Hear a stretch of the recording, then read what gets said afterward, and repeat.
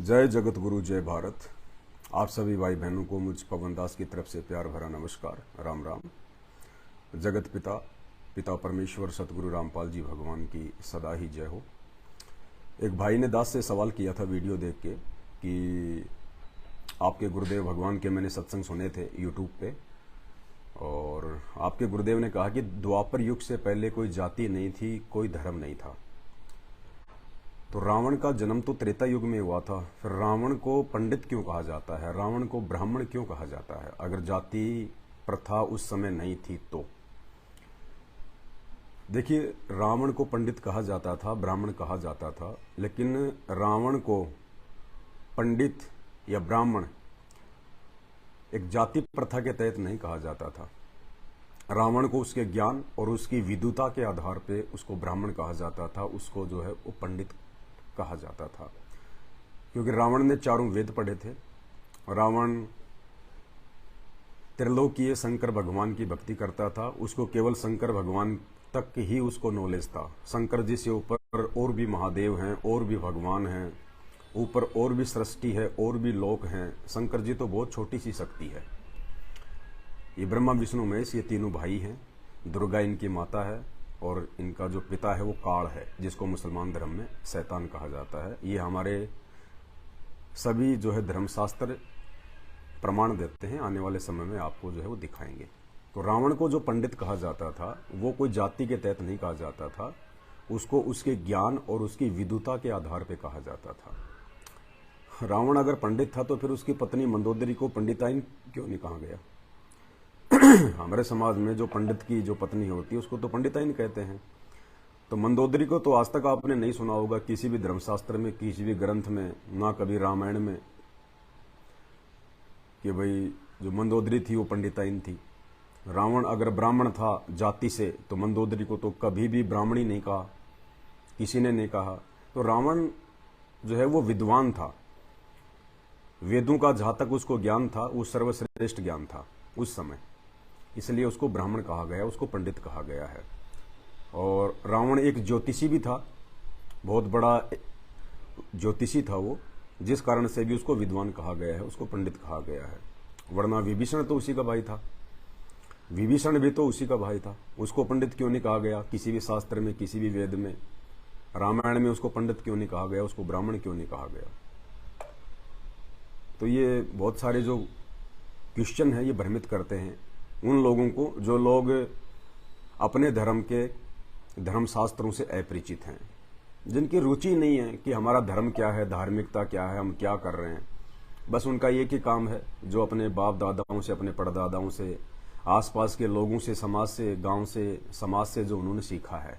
क्या पैदा हुए, दूसरे का बेटा पढ़ लिख के अच्छी नौकरी लग गया, माँ बाप को बढ़िया महीने का लाखों रुपया दे रहा है, कमा के बड़ा मकान बना लिया, बड़ी उसने जो है कोठी बना ली, तो वो माँ बाप भी इसी धुन में लग जाते हैं।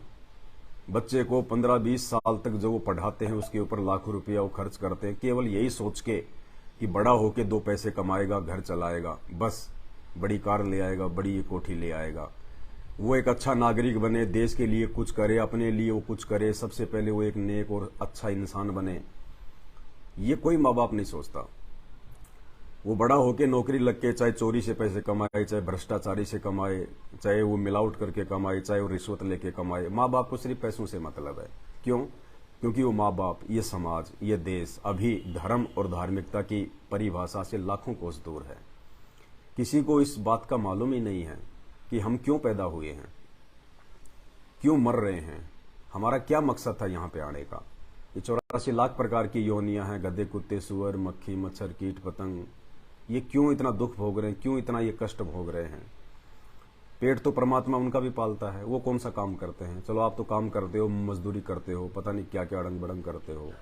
बाकी जितने भी पशु और पक्षी हैं, एक मनुष्य को छोड़ के जितनी भी योनियां हैं 84 लाख योनियों में, वो कौन सा जॉब करती हैं, कौन सा काम करती हैं, कौन सी वो पढ़ाई करती हैं?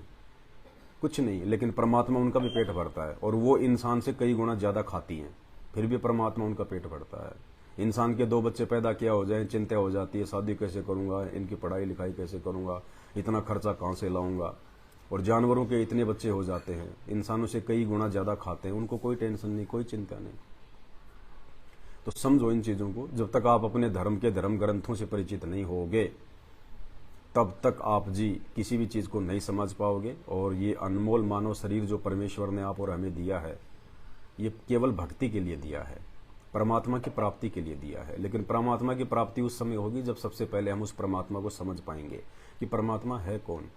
आज तक के हमारे धर्म के जो धर्म गुरु हैं, चाहे हिंदू धर्म के हों, चाहे मुसलमान धर्म के, चाहे जैन के, चाहे बौद्ध के, चाहे सिख के, चाहे ईसाई धर्म के, किसी भी धर्म गुरु ने आज तक हमारे को एक भगवान का नाम तक नहीं बताया कि एक परमात्मा जो सबसे श्रेष्ठ है, जो सबसे सर्वशक्तिशाली है, सबसे महान है, सबसे बड़ा है, उस परमात्मा का नाम तक नहीं बता पाए ये लोग। देवी देवताओं में भूत भैरव इनमें हमारे को उलझा के रख दिया बाप दादाओं को। तो किसकी भक्ति करें? रास्ता तो क्लियर होना चाहिए ना कि कौन से रास्ते पे जाएं हम। 100 रास्ते दिखा दिए हमारे को। जाना है किसी को बॉम्बे और बता दिया कि ये 1000 रास्ते हैं, कोई भी रास्ते पे चल जा बॉम्बे पहुंच जाएगा। कैसे जाओगे भाई? तो आज परमात्मा खुद धरती पे प्रकट है। ये संदेश बार बार आपको दिए जा रहे हैं बड़े प्यार से। इन चीजों पे विचार करो। आपके हाथ में परमात्मा ने ये मोबाइल दे रखे हैं। ये आज से पहले नहीं थे मोबाइल, त्रेता द्वापर में नहीं थे, सतयुग में नहीं थे। रावण इतना बड़ा पंडित था, इतना बड़ा वो ज्योतिषी था, श्री रामचंद्र इतने बड़े विद्वान थे, श्री कृष्ण जी 16 कला के भगवान इतने बड़े विद्वान, एक मोबाइल नहीं बना पाए। अपने चलने के लिए एक गाड़ी तक नहीं बना पाए, गर्मी के लिए एसी नहीं बना पाए, सर्दी के लिए हीटर नहीं बना पाए। वो श्री रामचंद्र जी अपने बच्चों को जो है खेलता हुआ देखने के लिए वो खिलौने तक नहीं बना पाए, खिलौने तक नहीं बना पाए। ये टेक्नोलॉजी, ये शिक्षा, ये दिमाग उस परमेश्वर ने, उस परवरदिगार ने, उस एक अल्लाह ने, एक भगवान ने आज वर्तमान में हमें क्यों दी है? कि आज का इंसान राम, श्री कृष्ण, गौतम बुद्ध, महात्मा बुद्ध, हजरत मोहम्मद, ईसा मसीह, क्या इन सबसे ज्यादा दिमाग वाला है? नहीं है। उसके बावजूद भी परमेश्वर ने हमें सभी सुख सुविधा दी हैं। जो सुख सुविधा उन भगवानों को, उन अवतारों को, उन पैगंबरों को भी प्राप्त नहीं थी। तो ये केवल मौज मस्ती के लिए नहीं दिया है कि खाया पिया सो गए, जीवन गंवा गए, मर गए जानवर की तरह। ये काम तो जानवर भी करता है, पैदा होता है, फिर वो भी बच्चे पैदा करता है, उसमें भी मोह ममता होती है, एक दिन वो भी मर जाता है। और इंसान क्या कर रहा है बिना ज्ञान के? वो भी पैदा हो रहा है, 2 पैसे के लिए सारा दिन नौकरी करता है, भटकता है, मजदूरी करता है, बच्चे पैदा करता है, उनके लालन पालन में लगा रहता है, उसके बाद ही वो भी मर जाता है। तो वो तो जानवर वाला क्रम है। जैसे जानवर आया वैसे इंसान गया।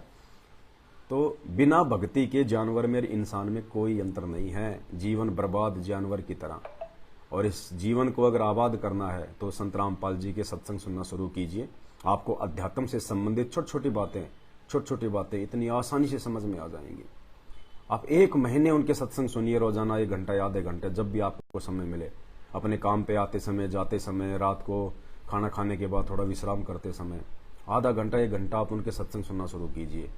आपको पता चलेगा कि हमारा मकसद क्या है, क्यों हमने जन्म लिया है। खाली बाकी लोगों की तरह बस खाए पिए सोए और मर गए नहीं। आपको आपका जो मकसद है ये मानव जन्म प्राप्त करने का, ये पता चलेगा। और छोटी मोटी जानकारी आपको इस Facebook page Pawan Das is live पर भी मिलती रहेगी, क्योंकि ये दास भी उन्हीं परमपिता परमेश्वर सदगुरु रामपाल जी भगवान का छोटा सा अदना सा एक तुच्छ उनका भगत है, उनका शिष्य है। थोड़ी बहुत उनसे 1-8% बड़ी मुश्किल से जो गुरुदेव भगवान के विषय में, भक्ति और भगवान के विषय में जो हमें जानकारी हो पाई है, उनसे हम कोशिश करते हैं आप लोगों के साथ में साझा करें, बांटें उस चीज़ को, क्योंकि ज्ञान बांटने से बढ़ता है और बांटना भी चाहिए। और क्योंकि ज्ञान समझने की क्षमता केवल ये मनुष्य योनि में है, जानवर में नहीं है। आप एक गधे को, एक कुत्ते को, आपकी गाय, बैल या भैंस को आप कितना भी समझाओ कि ये श्री राम है, ये श्री कृष्ण है, ये संत रामपाल जी हैं, इनकी भक्ति करनी चाहिए, ये ऐसे हैं, इन्होंने ये लीलाएं की थी, वो कुछ नहीं समझ पाएंगे। 0/0। क्योंकि 84 लाख प्रकार की योनियों में से केवल एक मनुष्य योनि को ही परमात्मा ने सोचने समझने की, चिंतन मनन करने की क्षमता दी है। क्यों? सिर्फ अपनी प्राप्ति करवाने के लिए, सदा सदा के लिए 84 के झंझटों से बाहर निकालने के लिए, सदा सदा के लिए जन्म और मरण के चक्कर से बाहर निकालने के लिए, मोक्ष के लिए।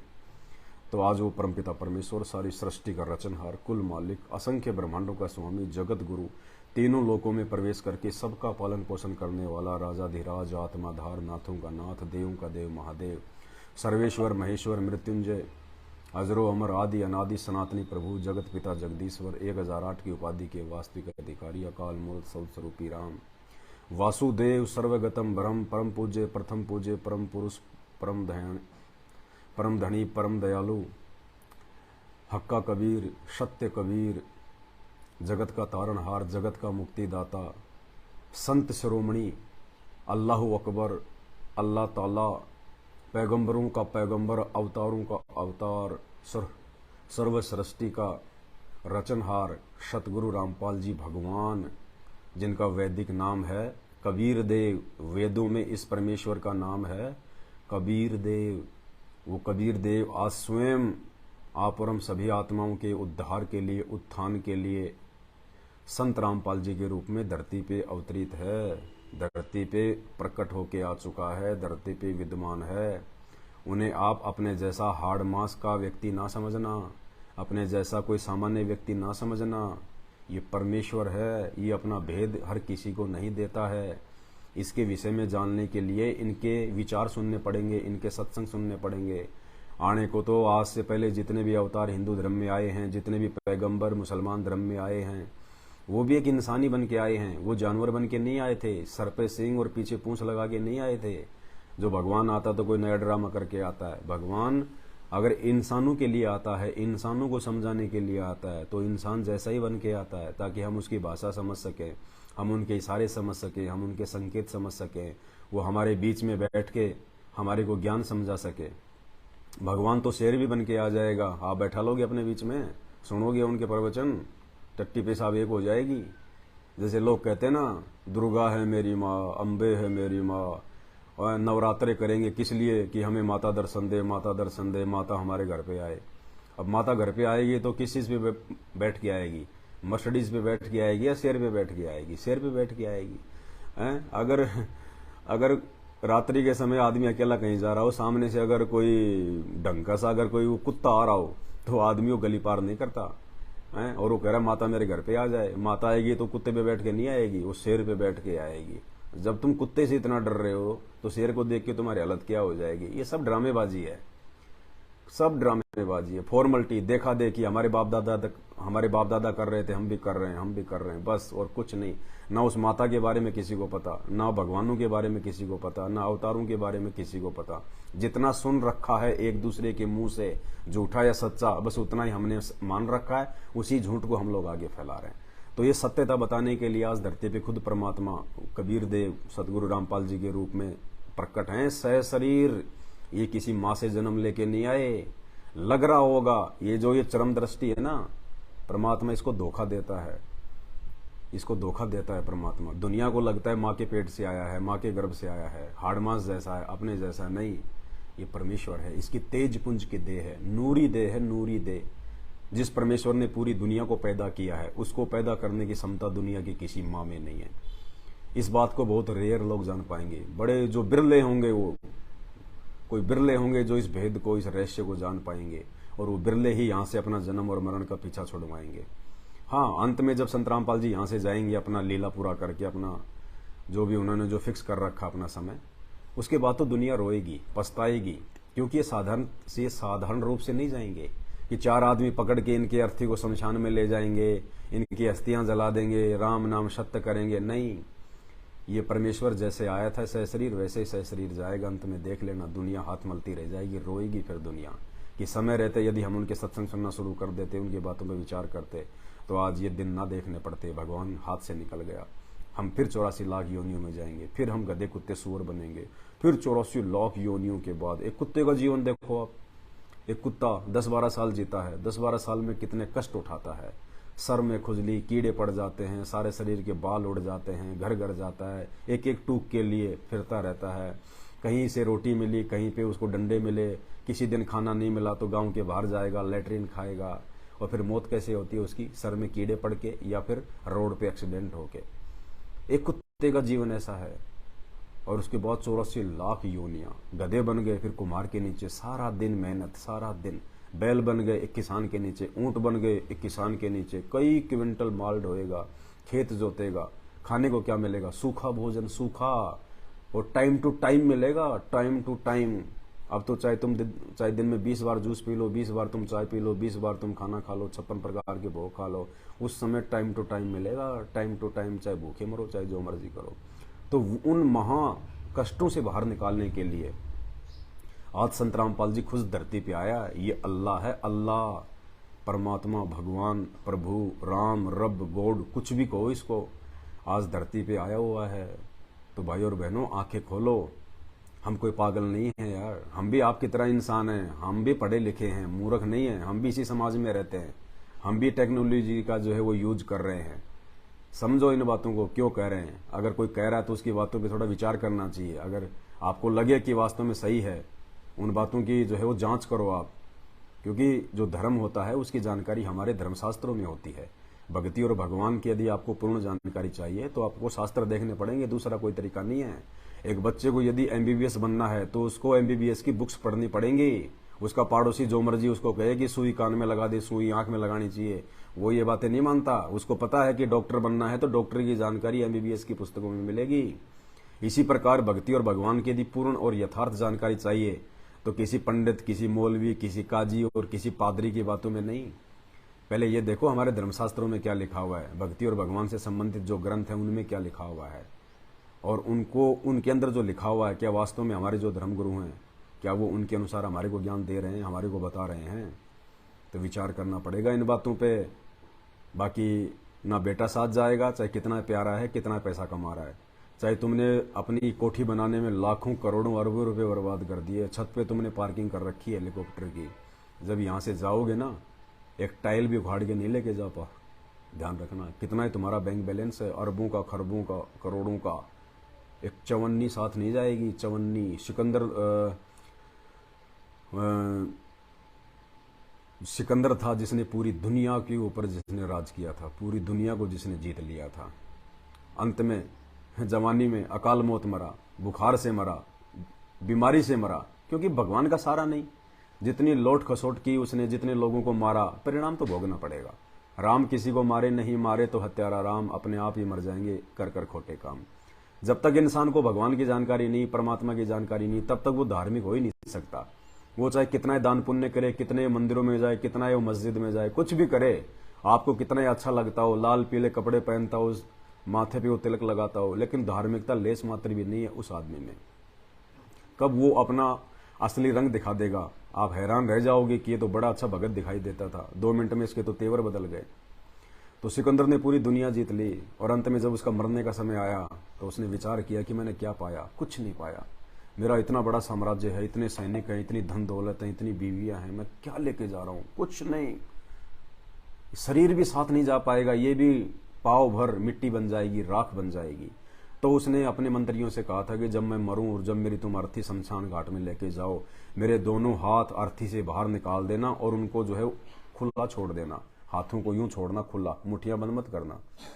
तो मंत्रियों ने कहा कि महाराज ऐसा क्यों? ताकि इस दुनिया को मालूम चले, इस दुनिया को ये पता चले कि देखो सिकंदर दुनिया का सबसे महान, सबसे दौलतमंद इंसान, और आज जब ये संसार छोड़ के जा रहा है तो वो दौलत में से सुई की नोक जितना भी कुछ नहीं लेके जा रहा, खाली आया था और खाली जा रहा है। अपने जो कर्म थे, उसने जो अच्छे बुरे जो कर्म किए, वो कर्म साथ लेके जाएगा, और उन्हीं कर्मों के आधार से वो धर्मराज फिर उसको स्वर्ग भेजना है, उसको नरक भेजना है, वापस 84 लाख योनियों में भेजना है, वो तय करता है। तो अच्छा कर्म तो इंसान कोई करता ही नहीं। ना सिकंदर ने कोई अच्छा कर्म किया, लूट मार करी, लाखों करोड़ों लोगों को मरवा दिया उसने, कितने बच्चे उसने जो है अनाथ बना दिए, यतीम बना दिए, कितनी औरतें उसने विधवा बनवा दी लड़ाई झगड़े करवा के। तो हमारे भगवान श्री रामचंद्र जी ने क्या किया यहाँ पे आके? राम रावण का युद्ध किया। राम रावण के युद्ध में अच्छे लोग भी मरे, बुरे लोग भी मरे। अब ये थोड़ी है कि आदमी कोई बुरा है तो उसकी पत्नी भी बुरी होगी, उसका बच्चा भी बुरा होगा। चलो लंका वाले तो बुरे थे, रामचंद्र वाले तो सही थे, हैं? करोड़ों मरे थे ना अपने वाले। तो वो औरतें विधवा हुई कि नहीं हुई? उन करोड़ों औरतों के बच्चे यतीम हुए कि नहीं हुए? क्या उनका पेट श्री रामचंद्र जी ने भरा था? क्या श्री रामचंद्र जी उनके घर पे राशन पहुंचाया करते थे? कैसे उन्होंने अपना जीवन यापन किया होगा बेचारों ने? और सिर्फ अपने स्वार्थ के लिए, अपनी औरत को लंका से वापस लाने के लिए रामचंद्र जी ने ये कुकृत्य किया, जिसका परिणाम रामचंद्र जी को भी भोगना पड़ेगा। वो परमात्मा किसी को नहीं छोड़ता, वो अल्लाह किसी को नहीं छोड़ता। श्री कृष्ण जी को देख लीजिए, महाभारत का युद्ध करवा दिया, 12 करोड़ लोग मरे थे, वो तो सारे हिंदुस्तान के थे, लंका का तो कोई नहीं था। कितनी औरतें विधवा हुई, कितने बच्चे अनाथ हुए, यतीम हुए। क्या श्री श्री कृष्ण जी उनके घर पे राशन दे के आते थे, चावल दाल। बेचारों ने कैसे अपना जीवन बसर किया होगा। बिना पति की औरत कैसे समाज में रहती है, बिना बच्चे के बाप, लोग उनको कैसी दृष्टि से देखते हैं। भाइयों, विचार करो इन बातों पे। असली गॉड की पहचान करो, पूर्ण पुरुष की, सर्वोच्च भगवान की, एक परमात्मा, जिसके लिए हम कहते हैं कि भगवान एक है, भगवान एक है। देखो, मेरे वीडियो जो है ना, उनको थोड़ा विचार करोगे तो समझ में आएंगे आपके। आप अगर पक्ष और विपक्ष के हिसाब से देखोगे ना, कि ये कभी हिंदुओं के बारे में बोलता है, कभी मुसलमानों के बारे में बोलता है, कभी उनके बारे में बोलता है, हम किसी के बारे में नहीं बोलते। ना हमारे गुरुदेव ने हमारे को इस प्रकार का कोई कुकृत्य सिखाया है। हम केवल वो बोलते हैं जो सत्य है। जो कमी आप लोगों के अंदर है, जो आपके धर्म में जो कमी है, आपकी नियम और आपकी जो क्रियाओं में जो कमी है, आपके भक्ति में जो कमी है, हम केवल वही चीज बता रहे हैं। और उन चीजों को स्वीकार करना, ये एक अच्छे इंसान के जो है वो लक्षण है। कहते हैं, निंदक नीरे राखिए आंगन कुटी छवाए, बिन पानी बिन साबुन के निर्मल करे स्वभाव। अरे ऐसे व्यक्ति को जो आपको सत्य बता रहा है, जो आपकी वो कमियां बता रहा है, आपने उसको अपना दोस्त समझना चाहिए। लेकिन बदकिस्मती से 99.9% इंसान ऐसे लोगों को, जो उनको उनकी कमियों से अवगत करवाते हैं, वो उनको अपना जो है दुश्मन समझते हैं। ये सबसे बड़ी कमजोरी है, और फिर आदमी जिंदगी में कभी आगे नहीं बढ़ पाता है। तो ऐसा नहीं है कि रामचंद्र जी अच्छे नहीं थे, या उनमें कोई अच्छे गुण नहीं थे, या फिर श्री कृष्ण जी अच्छे नहीं थे, या फिर उनमें कोई अच्छे गुण नहीं थे। बहुत अच्छे थे। मोहम्मद जी बहुत अच्छे थे, सब बहुत अच्छे थे, लेकिन कुछ कमियां थी उनमें, जिन कमियों के चलते वो परमात्मा को प्राप्त नहीं कर पाए। जिन कमियों के चलते उनको भी जो है स्वर्ग और नरक का शिकार होना पड़ेगा। उनको भी 84 लाख योनियों में आना पड़ेगा, जाना पड़ेगा। हाँ, एक चीज और, राम और श्री कृष्ण तो 84 लाख योनियों में जाएंगे, इनका तो कोई बचाव नहीं कर सकता। हाँ, हजरत मोहम्मद जी, उनको परमात्मा 84 लाख योनियों में नहीं जाने देगा। और आज हजरत मोहम्मद का जन्म कहीं न कहीं हो चुका है। मुसलमान भाई इस बात से बिल्कुल अनजान हैं। जब हजरत मोहम्मद को जबरील नाम का देवता, जबरील नाम का फरिश्ता ऊपर लेके गया था, उससे पहले हजरत मोहम्मद को वो पूर्ण परमात्मा, वो कबीर साहब जो आज संत रामपाल जी के रूप में धरती पे आए हुए हैं, वो परमात्मा उनको पहले मिल चुका था। मुसलमान भाई बहनों को केवल एक ही तरीके का पता है कि वो जो है उस जानवर के ऊपर बैठ के, वो बुराक नाम का जो वो जानवर था, जब वो जबरील ऊपर से आया था, हजरत मोहम्मद को उसका सीना चाक करके और उसको ऊपर लेके गया था, उससे पहले हजरत मोहम्मद को पूर्ण परमात्मा अल्लाहु अकबर, वास्तव में जो अल्लाह है, वो अल्लाह, वो परमात्मा, वो कबीर देव जो आज संत रामपाल जी के रूप में धरती पे प्रकट हैं, वो कबीर देव उस हजरत मोहम्मद को अपने लोक में लेके गए थे, सतलोक में लेके गए थे, जो ब्रह्मा विष्णु महेश के लोक से ऊपर है, जो दुर्गा और काल के लोक से ऊपर है, शैतान के लोक से ऊपर है। हजरत मोहम्मद को वहां रखा, उन्होंने सब कुछ बताया, दिखाया, लेकिन हजरत मोहम्मद का वहां पे मन नहीं लगा और हजरत मोहम्मद ने वापस नीचे ही आना स्वीकार किया। ये उनकी बदकिस्मती थी। लेकिन वो परमात्मा जिसके ऊपर एक बार मेहर कर देता है, जिसको एक बार अपना वो भगत बना लेता है, फिर उसको 84 लाख योनियों में नहीं जाने देता है। तो ये सौभाग्य हजरत मोहम्मद को प्राप्त हुआ, लेकिन ये सौभाग्य राम और श्री कृष्ण को प्राप्त नहीं हुआ, जिस कारण से राम और श्री कृष्ण जी को एक समय जब उनका वो पद समाप्त हो जाएगा, उसके बाद, क्योंकि जब तक आपके पुण्य है तब तक आप उन पद पे रहोगे। जैसे गवर्नमेंट आपको एक पद दे देती है, आईएएस का, आईपीएस का, या फिर जिला कलेक्टर का, तो एक समय जो है वो निर्धारित होता है, उस समय तक ही आप उस पोस्ट पे रह पाते हैं, उस समय के बाद में आपको रिटायरमेंट कर दिया जाता है। इसी प्रकार ये 33 करोड़ देवी देवताओं के जो पद हैं, ये हैं ब्रह्मा विष्णु में, इसकी भी एक पोस्ट है। जैसे हमारे देश में प्रधानमंत्री की भी एक पोस्ट है, लेकिन उसका समय जो है वो निश्चित है। हर 5 साल के बाद उसको एक बार हटना पड़ेगा। दोबारा अगर वो जीतता है तो उसकी जो है वो खुशकिस्मती है, वरना 5 साल के बाद उसको हटना पड़ेगा। इसी प्रकार ब्रह्मा विष्णु महेश का समय निर्धारित है, 33 करोड़ देवी देवताओं का समय निर्धारित है। जैसे यहाँ पे आप और हम सब का समय निर्धारित है कि हम यहाँ पे जो है वो कितने समय तक रहेंगे। इस कलयुग में 100 साल मैक्सिमम, या फिर मान के 125 साल, इतना ही समय निर्धारित है। 500 साल कोई नहीं जो है वो जी सकता है यहाँ पे। तो एक समय के बाद यहाँ से जाना पड़ेगा। तो उस समय के बाद में राम और श्री कृष्ण को 33 करोड़ देवी देवताओं को भी अपना वो पद त्यागना पड़ता है। फिर जैसा भी उन्होंने अच्छे बुरे कर्म किए उस आधार से उनको स्वर्ग और नरक दोनों भोगने पड़ते हैं। फिर इस पृथ्वी लोक पे उनको 84 लाख योनियों में डाला जाता है। तो हजरत मोहम्मद जी जो है वो बच गए थे क्योंकि उनको परमात्मा मिल गए थे। उन्होंने परमात्मा का ज्ञान स्वीकार जो है वो किया था, बाद में छोड़ दिया वो बात अलग है। लेकिन वो परमात्मा कहते हैं जो जन हमारी शरण है उसका हूं मैं दास, और गैल गैल लागया फिरूं जब तक धरती आकाश। परमात्मा कहते हैं एक बार, कौन से परमात्मा? ये परमात्मा संत रामपाल जी भगवान, ये कबीर देव, ये कहते हैं कि एक बार भी यदि कोई इंसान मेरे मुंह से अगर मेरा मंत्र सुन लेगा, जैसे आज सतगुरु रामपाल जी भगवान अपना जो मंत्र देते हैं, जो नाम दीक्षा देते हैं, कहते हैं एक बार यदि संत रामपाल जी के मुख से आपने वो मंत्र सुन लिया एक बार, और उसके तुरंत बाद यदि आपकी मौत हो गई, आप भी उस मंत्र को जाप नहीं कर पाए, केवल आपने नाम दीक्षा लेते समय संत रामपाल जी के मुंह से सुना था, और उसके तुरंत बाद यदि आपकी मृत्यु हो जाती है, आपकी मौत हो जाती है, तो ये वो दयालु परमात्मा है, ये आपको 84 लाख योनियों में नहीं जाने देगा, ये आपको गधा कुत्ता सुअर नहीं बनने देगा, ये आपको उस समय तक मानव जन्म ही लगातार देता रहेगा जब तक कि आप पूरी तरह से ये भक्ति करके यहां से जन्म मरण से सदा सदा के लिए छुटकारा प्राप्त ना कर लो। ये वो परमात्मा है। और इस बात को सब लोग नहीं मानेंगे, नहीं समझेंगे, क्योंकि सबका जो बुद्धि स्तर होता है, सबके जो पिछले जो संस्कार होते हैं वो इतने अच्छे नहीं होते। देखो, हम स्कूल में अपने बच्चों को भेजते हैं, एक क्लास के अंदर 100 बच्चे होते हैं, क्या सभी बच्चों का दिमाग एक जैसा होता है? नहीं होता। टीचर की बात को कोई बच्चा बहुत ज्यादा सीरियस लेके सुनता है, कोई बच्चा छोड़ता है, चलो देखेंगे बाद में, कोई पीछे पीछे की लाइन में अपनी और ही बातों में और ही बकवादों में लगा रहता है। फिर उसका रिजल्ट क्या आता है? जो बच्चा बहुत ध्यान से पढ़ता है, बहुत सीरियस होके पढ़ता है, जिसको मालूम है इस बात का कि अगर मैंने 8-10 साल अगर मैंने अच्छे से मैंने अगर समय दिया मैंने इसको एजुकेशन को, तो मैं आगे चल के मैं सफल हो जाऊंगा, पूरा जीवन मेरा सफल हो जाएगा, मुझे मजदूरी नहीं करनी पड़ेगी, बढ़िया मुझे नौकरी मिलेगी, बढ़िया मुझे पैसा मिलेगा, सरकार की तरफ से सारी मुझे सुविधा मिलेंगी। वो बच्चा सफल हो जाता है 6-7 साल की मेहनत से। और जो बच्चा मौज मस्ती में लगा रहता है, स्कूल में टाइम पे होमवर्क नहीं करता, टीचर का कोई सम्मान नहीं करता, उसकी बातों को जो है कोई तवज्जो नहीं देता, वो क्या करता है? वो फिर रोड पे मिट्टी के गर्मी में वो गड्ढे खोदता है, मजदूरी करता है, दुनिया की नौकरी करता है। तो इसी प्रकार इस दुनिया में भी सब इंसान एक जैसे नहीं है। सब इंसान हर किसी की बात को उतनी तवज्जो नहीं देंगे।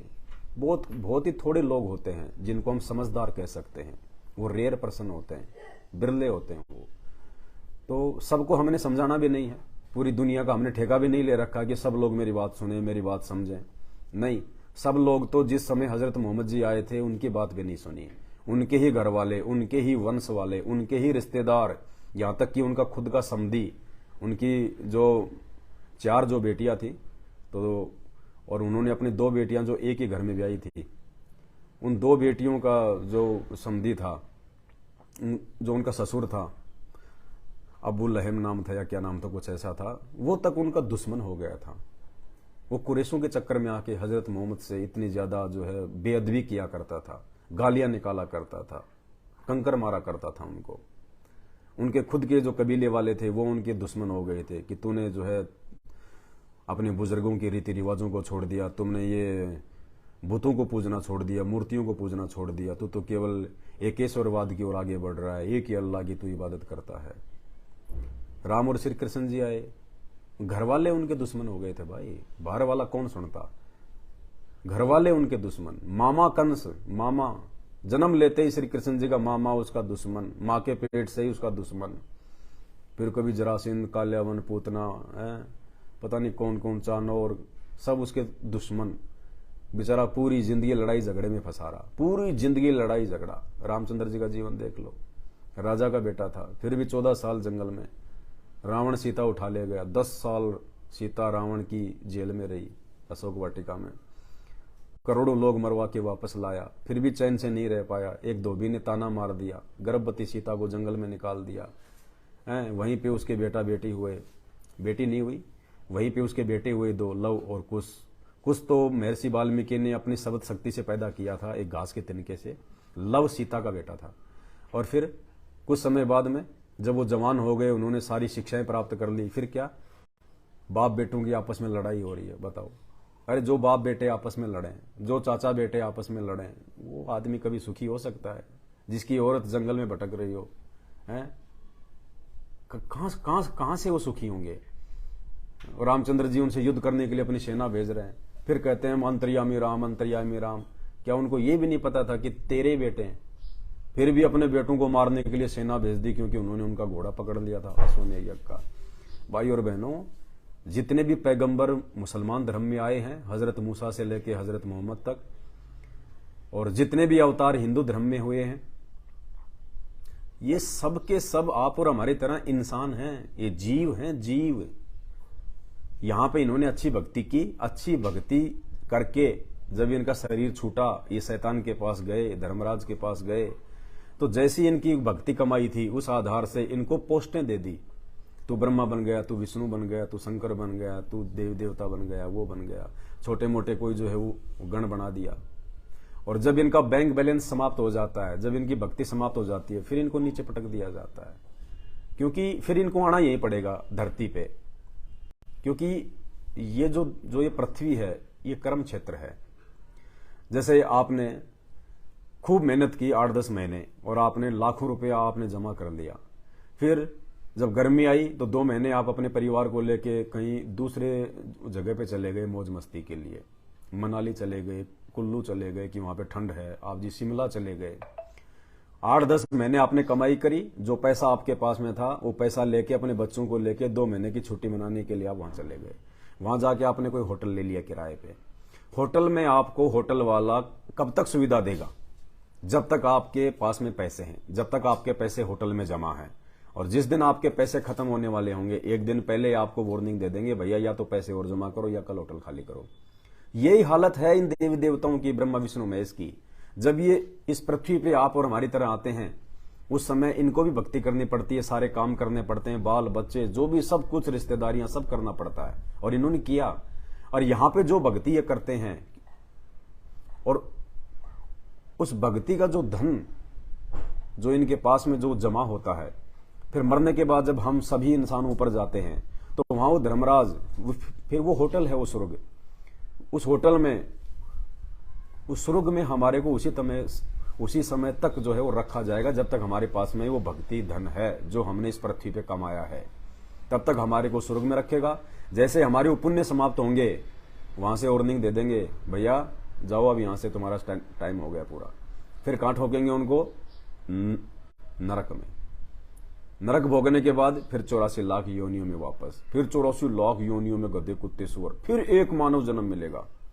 सिर्फ एक मानव जन्म मिलता है 84 लाख योनियां भोगने के बाद। ये जो आप देख रहे हैं, इसी मानव जन्म में हम परमात्मा पा सकते हैं, हम भक्ति कर सकते हैं, शुभ कर्म कर सकते हैं। यहां से सदा सदा के लिए छूटने का रास्ता हमारा जो है वो क्लियर हो सकता है, दूसरा कोई तरीका नहीं है। तो भाई और बहनों, हाथ जोड़ के आप सभी से मेरी विनती है, मेरी प्रार्थना है, देखो एक समय आएगा आप लोग अपनी इन गलतियों पे रोओगे या पछताओगे। जितने भी लोग जो ये बातें सुन के इनको नजरअंदाज कर रहे हैं, इन बातों पे विचार नहीं कर रहे, इन बातों को आप जी मजाक में ले रहे हो, गालियां निकाल रहे हो, भद्दे कमेंट्स कर रहे हो, एक समय आएगा, डायरी में नोट कर लो, और ज्यादा समय भी नहीं बचा। अब 2028 तक का समय है युग परिवर्तन का, 2028 लास्ट है। उससे पहले जो भी युद्धवाद वगैरह, जो भी भीषण तबाही जो भी होनी होगी ना, हो लेगी। ये 5 साल बच रहे हैं बड़ी मुश्किल से, 4-5 साल। और उसके बाद अगर आप जिंदा रहे, उसके बाद फिर आप शर्मिंदा होगे, ऊंची आंख उठा के बात नहीं कर पाओगे कि भाई साहब हमने आप जैसे लोगों के साथ हमने बड़ी जो है वो बेअदबी की, हमें बिल्कुल भी ज्ञान नहीं था, हम लोग तो मूर्ख थे, हम लोग तो पशुओं की तरह थे, हमें अध्यात्म और भक्ति भगवान के विषय में कुछ भी पता नहीं था। शर्माओगे एक दिन, आप ऊंची गर्दन करके आप लोग बात नहीं कर पाओगे। वो समय आएगा, नोट कर लेना इस बात को, क्योंकि हमारे को भविष्य दिखा दिया भगवान ने। भविष्य सतगुरु रामपाल जी भगवान ने अपने प्रत्येक भगत को आगे का समय दिखा दिया अपने ज्ञान से, अपने सत्संगों से। ये वर्तमान में इंसान और जानवर में कोई अंतर नहीं है। और जिस प्रकार से इंसान ने भक्ति और भगवान से मुंह मोड़ के, भक्ति तो सब कर रहे हैं, हिंदू भी कर रहे हैं, मुसलमान भी कर रहे हैं, ईसाई भी कर रहे हैं, जैनी भी कर रहे हैं, लेकिन लेकिन सही भक्ति किसी के पास नहीं है, किसी भी धर्म में सही भक्ति नहीं है। जिस भक्ति से तुम्हारा कोई कोई अच्छा हो, तुम्हारा कोई उद्धार हो, तुम्हारा कोई आत्म कल्याण हो, तुम्हारे कोई पुण्य बने, क्योंकि वो भक्ति शास्त्रों से प्रमाणित नहीं है। जो भक्ति मुसलमान भाई कर रहे हैं वो भक्ति जो है वो कुरान के अनुसार ही नहीं है, क्योंकि कुरान शरीफ आयत नंबर 25 सूरत फुरकान 25 और आयत नंबर 52 से 59 में साफ साफ लिखा हुआ है। कुरान का ज्ञान देने वाला हजरत मोहम्मद के द्वारा कि हजरत मोहम्मद, जिस अल्लाह ने 6 दिन में सृष्टि रची, 7वें दिन तख्त पे जावे राजा, अगर तुझे उस अल्लाह की जानकारी प्राप्त करनी है कि वो अल्लाह कौन है, उस अल्लाह की भक्ति क्या है, तो किसी बाखबर से जा पूछ, इल्म वाले से। ये कुरान मस्जिद में भी लिखा हुआ और कुरान शरीफ में भी लिखा हुआ है। तो कुरान शरीफ का ज्ञान देने वाला, जिसको मुसलमान भाई कहते हैं हमारा अल्लाह है, वो अल्लाह तो खुद किसी और की तरफ संकेत कर रहा है कि उस बाखबर से जाके पूछ, मुझे नहीं पता भक्ति और भगवान के बारे में, उस पूर्ण अल्लाह के बारे में मुझे भी नहीं पता। इसी प्रकार हिंदुओं की गीता में अध्याय नंबर 15 श्लोक नंबर 104 में भगवान कह रहा है अर्जुन को, अर्जुन अगर तुझे पूर्ण मोक्ष चाहिए, तुझे अगर पूर्ण मुक्ति चाहिए, तो किसी तत्वदर्शी संत की खोज कर। यानी श्री कृष्ण जी कह रहे हैं मेरे पास में भक्ति नहीं है, मुझे पूर्ण परमात्मा की जानकारी नहीं है कि वास्तव में सबसे बड़ा भगवान कौन है, पूर्ण अल्लाह कौन है। अगर तुझे पूर्ण जानकारी चाहिए भक्ति और भगवान की, उस परम पद की, जहां जाने के बाद इंसान फिर वापस लौटकर गधा कुत्ता सुअर बनने के लिए इस धरती पर नहीं आता, अगर तुझे उसकी पूर्ण जानकारी चाहिए तो किसी तत्वदर्शी संत की खोज कर। वो तत्वदर्शी संत आज धरती पे संत रामपाल जी हैं, वो बाखबर आज धरती पर संत रामपाल जी हैं। तो इस पृथ्वी पे अगर किसी भी धर्म से संबंधित यथार्थ और पूर्ण जानकारी अगर किसी को है तो केवल संत रामपाल जी को है। मुसलमानों को भी अगर पूर्ण भक्ति और भगवान से संबंधित जानकारी चाहिए तो संत रामपाल जी के सत्संग सुनने पड़ेंगे। मैं ये नहीं कह रहा कि आप उनसे नाम ले लो, आप उनके जो है भगत बन जाओ, लेकिन ज्ञान समझो। ज्ञान बिना इंसान और जानवर में कोई अंतर नहीं है। आए जन्मे, हम पैदा हुए, फिर हमने पैदा किए, धरती का बोझ बढ़ाया, खाए पिए, एक दिन ऐसे मर गए, कोई बीमारी से, कोई एक्सीडेंट में, कोई हार्ट अटैक से, बेमौत। जानवर भी ऐसे मर रहे हैं, इंसान भी ऐसे मर रहे हैं। आजकल तो इंसानों से जानवरों की मौत आसान है। जानवर फिर भी अच्छे तरीके से मरते हैं, इंसान अपनी दुर्गति करवा के मरता है, लड़ाई झगड़ा करके कट कट के मरता है, एक्सीडेंट में मर जाता है, भयंकर बीमारी से मरता है। जानवर इतना लंबा बीमार नहीं होता, इतना दुखी नहीं होता, इतने इंजेक्शन नहीं लगवाता, इतनी गोली दवाई नहीं खाता। और इंसान 4-4 साल, 5-5 साल, 10-10 साल, कैंसर, एड्स, पता नहीं क्या क्या बीमारी, गोलियों पे गोलियां, खाट में टट्टी पेशाब वगैरह, घर वाले परेशान। जानवरों से ज्यादा जो है वो दुर्गति से इंसान मर रहा है। क्यों? क्योंकि उसके वो कर्म अच्छे नहीं है। अरे जानवर वही खाता है जो प्रकृति ने उसको खाने के लिए दिया है। इंसान क्या खा रहा है? जो प्रकृति ने उसके लिए जो मना किया है वो खा रहा है। मांस खा रहा है, मीट खा रहा है, एक दूसरी आत्मा को काट के खा रहा है, रूह को काट के खा रहा है। कहां से सुख होगा? दुर्गति से तो होनी है। इंसान इतना ज्यादा अपनी सावधानी रखता है, दिन में 2 बार जो है वो मंजन करता है, फिर भी दांत उसके पीले हो जाते हैं। जानवर कभी जिंदगी में मंजन करता है क्या? है जिंदगी में कभी वो ब्रश करता है क्या? अरे वो तो जो है कुल्ला भी नहीं करता। तुम तो 20 बार अपना मुंह साफ कर लेते हो दिन में, वो तो बेचारा 2 टाइम जो पानी पीता है बस वही पीता है, वो कुल्ला भी नहीं करता, मंजन कहां से करेगा? और एक भी जानवर के दांत आप मेरे को जिंदगी में कभी जो है वो पीले दिखा देना, यूं चमकेंगे सितारों की तरह। क्यों? क्योंकि वो वही खाते हैं जो उनको उस परमेश्वर ने खाने के लिए दिया है, वो केवल वही खाते हैं। इंसान की तरह हर जगह वो जो है वो बल्कि मुंह नहीं मारते। भेड़ भी खा ली, सूअर भी खा लिया, गाय भी खा ली, गधा भी खा लिया, भैंस भी खा ली, मुर्गा भी खा लिया, बकरा भी खा लिया, शराब भी पी ली, अंडा भी खा लिया। हबसी है इंसान, हबसी। और जब तक ये कुक्रम इंसान नहीं छोड़ेगा ना ये, तब तक भक्ति और भगवान के निकट भी नहीं है।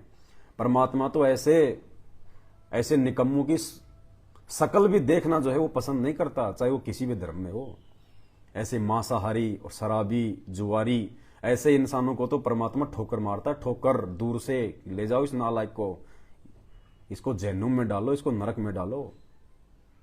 भाई और बहनों, और लास्ट में रोओगे सर पे हाथ रख के, बता रहा हूं आपको, क्योंकि हमने संत रामपाल जी की जो है वो शरण में आके हमने उनके विचार सुने, हमने उनके सत्संग सुने हैं और सभी धर्मों के सुने, सभी संतों के सुने हैं, क्योंकि संत रामपाल जी ने सभी धर्मों की जो है वो पुस्तकें पढ़ाई है, जो आज तक किसी भी धर्मगुरु ने नहीं पढ़ाई। ना मुसलमान धर्म के धर्मगुरु ने पढ़ाई, ना हिंदू ने पढ़ाई। संत रामपाल जी ने अपने सत्संगों में यूं टीवी चैनल पे एक एक पॉइंट, एक एक श्लोक, एक एक आयत, एक एक हदीस उन्होंने यूं पढ़ाई है कि कहां और तुम जो है वो किस जो है भूल में जी रहे हो तुम, जो तुम्हारे धर्मगुरु आज तक तुम्हारे को नहीं बता पाए हकीकत क्या है, इन शास्त्रों में क्या लिखा हुआ है, वो संत रामपाल जी ने बताया है। और फिर उसका असर हम भी पहले खाते थे, मांस खाते थे, शराब भी पीते थे, कभी कभार, आदि तो नहीं थे, 2-4 महीने में कभी खा लिया था, यार दोस्तों के साथ में कभी होते थे तो कभी शराब पी ली, कभी 2-4 महीने में, बीड़ी सिगरेट भी कभी 6 महीने में कभी एक आधी, हैबिचुअल नहीं थे, लेकिन था तो वो बेकार ही। जहर का चाहे एक टपका जीभ पे रखो, चाहे 100 ग्राम खा लो, जहर तो पूरा काम करता है, बराबर काम करेगा। वो टपका भी उतना ही काम करेगा और वो 100 ग्राम भी उतना ही काम करेगा। तो चाहे 6 महीने में खाओ, चाहे रोज खाओ, कर्म तो बिगड़ ही रहे थे। और आज चलो हम तो बहुत साल 6 महीने में खाते थे, ऐसे ऐसे लोग चैन समोकर दिन में सिगरेट की 10-10 डिब्बियां समाप्त कर देते थे। और आज जब से उन्होंने संत रामपाल जी का ज्ञान सुनना शुरू किया है, भैया जो संत होगा, जो वास्तव में जो संत होगा, वो धरती पे केवल एक ही होगा। और उस संत की वाणी में वो शक्ति होती है, उनके शब्दों में वो शक्ति होती है, उनके जो सत्संग होते हैं वो इंजेक्शन का काम करते हैं। जब हम उनको अपने इन कानों के माध्यम से सुनते हैं तो इंजेक्शन का काम करते हैं। और उसके बाद उन चैन स्मोकरों को नफरत हो गई, नफरत, बीड़ी धुआं से नफरत। पहले वही जब उनके घर पे रिश्तेदार आते थे, वो दारू की ढक्कन खोला करते थे, सिगरेट पे सिगरेट जलाया करते थे। आज उन्हीं रिश्तेदारों को हाथ जोड़ देते हैं, भाई साहब अगर हमारे आप यदि घर पे आ रहे हो तो अपनी बीड़ी सिगरेट वगैरह ये कहीं बाहर फेंक के आना, मेरे घर में लेके मत आ जाना। धुआं से नफरत है आज उन लोगों को। ये चमत्कार दुनिया का कोई डॉक्टर नहीं कर सकता, कोई वैज्ञानिक नहीं कर सकता।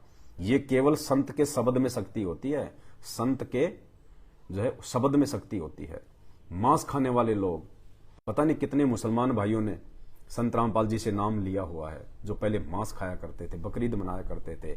आज वो दूसरों को समझा रहे हैं, अपने मुसलमान भाइयों को, रिश्तेदारों को, भैया अपने ये कर्म मत बिगाड़ो, अल्लाह के घर देर है अंधेर नहीं है, जवाब देना पड़ेगा वहां पे जवाब हर एक कर्म का। तुमने उस दरगाह का महल नहीं देखा, धर्मराज के तिल तिल का लेखा, बाद में रोओगे पछताओगे, कोई बचाने वाला नहीं मिलेगा। ये शब्द शक्ति क्या होती है पता आपको? आपको पता है कि आप भी एक इंसान है, मैं भी इंसान हूं, और इस देश का जो प्रधानमंत्री है वो भी एक इंसान है, कोई अंतर नहीं है। पहले वो भी आप और हमारी तरह था। वो खुद कहते मैं चाय बेचा करता था, मैं जो किया करता था, जो भी था, वो भी आप और हमारी तरह इंसान ही है। उनके कोई सींग थोड़ी है, इंसान ही है ना। लेकिन आज वो प्रधानमंत्री बन गए, कोशिश करके, जीत के, जनता में अपना विश्वास हासिल करके आज वो प्रधानमंत्री बन गए। अब प्रधानमंत्री बन गए तो देवता तो थोड़ी बन गए, है तो इंसान ही, आप और हमारी तरह हैं। ऐसे बोलना चलना जो है वो खाना पीना, सुख दुख, सर्दी गर्मी जो है सब उनको भी लगती है वो भी इंसान है, हम भी इंसान। और मैं यदि कहीं किसी रोड पे खड़ा होके या कहीं किसी म्युनिसिपैलिटी में जाके मैं ये कहूं कि भैया देखो कल दिल्ली की जामा मस्जिद से लेके लाल किले तक मुझे रातों रात यहां पे रोड बन जानी चाहिए बिल्कुल, या कोई भी ऐसा आदेश दे दूं मैं कि कल सुबह होते ही ये प्रोजेक्ट स्टार्ट हो जाना चाहिए, ये काम शुरू हो जाना चाहिए, तो लोग कहेंगे मूर्ख आदमी है क्या, क्यों चिल्ला रहा है, कौन है तू, यहां से रोड बन जाने चाहिए, यहां पे टंकी बन जाने चाहिए, कौन है तू, तेरी औकात क्या है? लोग कहेंगे पागल है, ऐसे मूर्ख है, भोक रहा है। और यही बात वो मेरे जैसा व्यक्ति, वो प्रधानमंत्री अगर कहीं से भी बोल दे, चाहे वो टीवी से बोले, चाहे वहां आके बोले, चाहे हाथ में माइक लेके बोले, या चाहे फोन पे किसी अधिकारी को बोल दे कि सुनो भाई कल जामा मस्जिद से लेके लाल किले तक जो है ये चीज जो है वो बन जानी चाहिए, तो रातों रात पूरा प्रशासन हरकत में आ जाएगा, गाड़ियां चल जाएंगी, ट्रक स्टार्ट हो जाएंगे, रातों रात उनकी कोशिश रहेगी कि रात को ही बना के छोड़ दें। क्यों?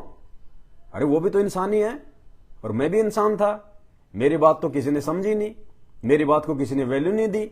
और प्रधानमंत्री जी ने 2 शब्द क्या बोल दिए, वो इस शब्द जो मैंने बोले थे वो ही उन्होंने बोल दिए। रातों रात पूरे अधिकारी हरकत में आ गए, काम स्टार्ट हो गया। सुबह देखा तो प्रोजेक्ट तैयार। इसको कहते हैं शब्द शक्ति, क्योंकि प्रधानमंत्री के शब्द में शक्ति है, क्योंकि जब तक वो उस पद पे है वो अधिकारी है।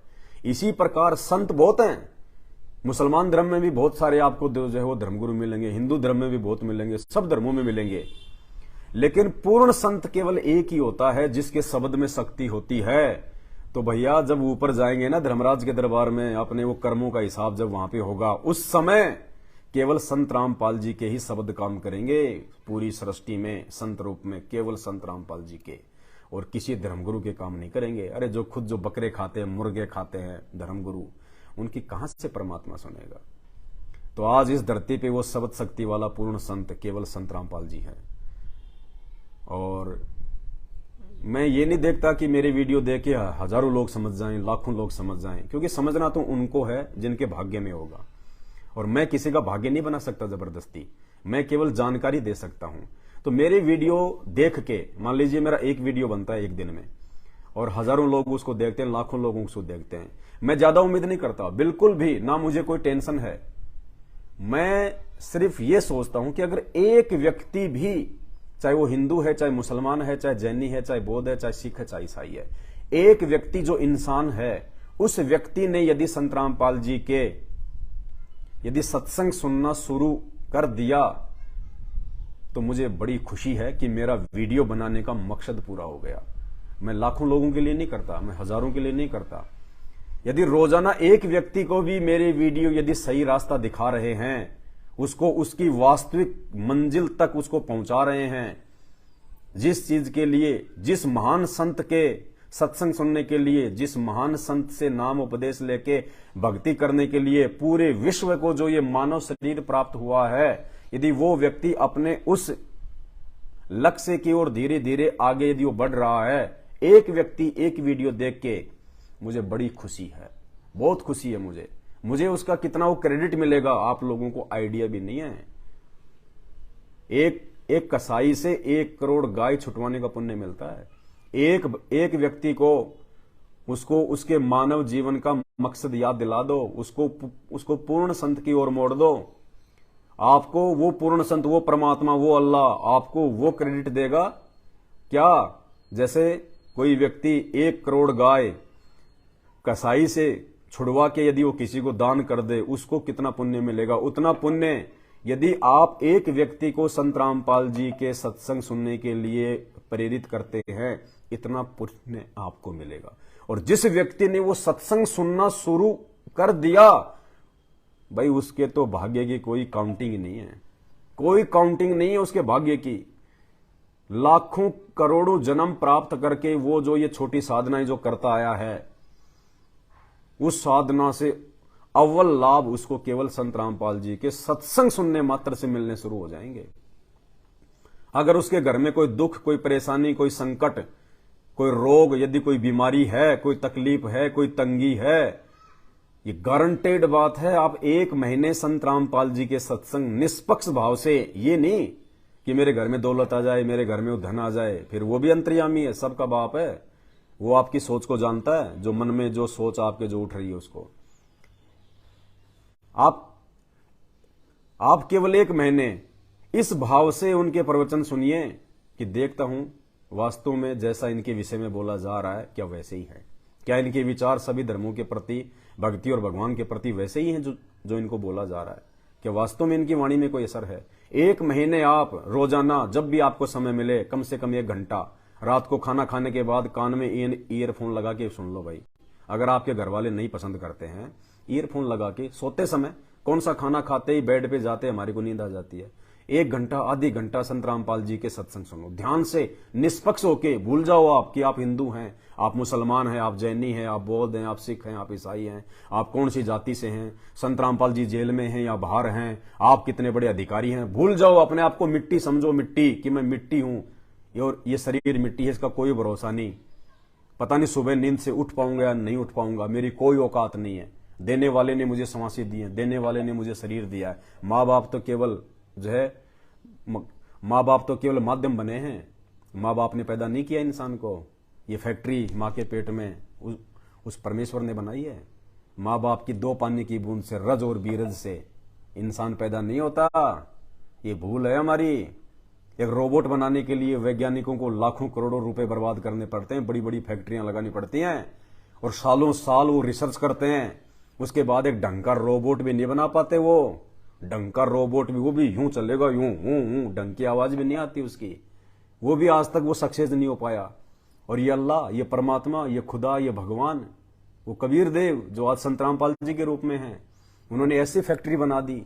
ये जीता जागता रोबोट, बताइए, ना कोई लाइट से चल रहा, ना इसमें कोई रिमोट की जरूरत पड़ती है। और बनाया किससे? कोई फैक्ट्री नहीं, कुछ नहीं, कोई लाइट नहीं, कोई लेबर नहीं, कुछ नहीं। 2 पानी की बूंद, एक मां की तरफ से और एक बाप की तरफ से, दोनों का सहयोग हुआ। और 9वें महीने, ये 10वें महीने, ये देखो आपके सामने बैठा रोबोट। आप एक रोबोट, लाखों करोड़ों रोबोट जो पूरी दुनिया में घूम रहे हैं। बताइए, ये आंखें, आंख की जगह आंख, नाक की जगह नाक, कान की जगह कान, मुंह की जगह मुंह, हाथ, सब चीज है। अरे किसने बनाए? अपने आप बन गए क्या ये? किसने बनाए? उस परमेश्वर ने बनाए, उस परमात्मा ने बनाए, जो आज धरती पे आया हुआ है। दुनिया को बनाने वाला, दुनिया को रचने वाला वो संत रामपाल जी है, जो आज धरती पे आया हुआ है। वो परमात्मा, वो अल्लाह है, उसके शब्द में शक्ति है। आप 1 महीने निष्पक्ष भाव से, धैर्य के साथ में, अपने मान और अभिमान को साइड में छोड़ के, अपने जाति और धर्म को साइड में छोड़ के 1 महीने आप उनके सत्संग सुनिए। अगर आप किसी भी भयंकर आप बीमारी से आप जो है वो पीड़ित क्यों ना हो, आपका 50% रोग जो लाखों रुपए से अभी तक जो है समाप्त नहीं हो रहा, 50% मात्र उनके सत्संग सुनने से, जब ये वास्तविक दवाई जो डॉक्टर की सिरिंज वाली दवाई से लाखों गुना ज्यादा काम करेगी, मात्र 1 महीने में आपका 50% रोग। और जिस दिन आप उनकी शरण में आ जाएंगे, आप उनको अपना जो है वो गुरु धारण कर लेंगे, उसके बाद तो आपको धर्मराज भी नहीं छू सकता। बीमारी तो बहुत दूर की बात है, आपको धर्मराज भी नहीं छू सकता। आपकी ऐसे मौत नहीं होगी जैसे हजरत मोहम्मद की हुई थी, 63 साल की उम्र में बुखार से तड़प तड़प के अपने लिए अल्लाह से दुआ कर रहे थे, जिसको वो अल्लाह मानते थे। अब वो उनसे दुआ कर रहे थे कि मुझे ऐसी मौत दे ताकि मेरा जीवन आसान हो जाए, भगवान इतनी पीड़ा मेरे से नहीं सही जाती। अरे भक्ति करने वाला इंसान ऐसे मरेगा क्या? धिक्कार है उस भक्ति को, धिक्कार है उसके भगवान को, धिक्कार है उसके अल्लाह को, जिसकी भक्ति करते करते भी, जिस अल्लाह के लिए हजरत मोहम्मद ने इतने दुख सहे, आज कोई इंसान नहीं सह सकता। आप उनकी जीवनी पढ़ के देखिए, आंखों में आंसू आते हैं, आंखों में आंसू आते हैं। हजरत मोहम्मद के जीवन के संघर्ष को, उन्होंने मांस नहीं खाया, उन्होंने शराब नहीं पी, उन्होंने उल्टे सीधे काम नहीं किए। बहुत सारे जो लोग होते हैं फालतू में राग द्वेष में आके उनके ऊपर में लांछन लगाते हैं, उनका चरित्र खराब था, उनका ये खराब था। मोहम्मद जैसा चरित्र तो श्री कृष्ण भगवान का भी नहीं था। ये आप उनकी जीवनी पढ़ोगे तब पता चलेगा। आप तो केवल धर्मों में उलझे हुए आपस में, हमारे श्री कृष्ण जी, हमारे मोहम्मद, हमारे वो। हजरत मोहम्मद जैसा पाक साफ जीवन चरित्र तो श्री कृष्ण जी का भी नहीं था। और उसके बाद भी उस हजरत मोहम्मद की वो दुर्गति हुई, अंत में तड़प तड़प के मरा। वो अपने लिए मौत मांग रहा था वो अल्लाह से, क्योंकि जब उसको वो वास्तविक अल्लाह मिला, उस समय तो उसने अल्लाह की बातों पे ध्यान नहीं दिया। और फिर वो शैतान आ गया, फिर वो काल आ गया, फिर उसने जबरील नाम का अपना फरिश्ता भेज दिया। फिर उसने हजरत मोहम्मद को अपना मोहरा बना लिया, एक नया धर्म खड़ा करने के लिए, लोगों को भक्ति के नाम पे गुमराह करने के लिए। फिर शैतान आ गया। फिर तो जितनी भी आयतें जो उतरी है ना, ये सारी की सारी शैतान की तरफ से उतरी है। वो जबरील के माध्यम से गला घोट घोट के आयतें बुलवाई हैं, गला घोट घोट के। भगवान ऐसा होता है क्या?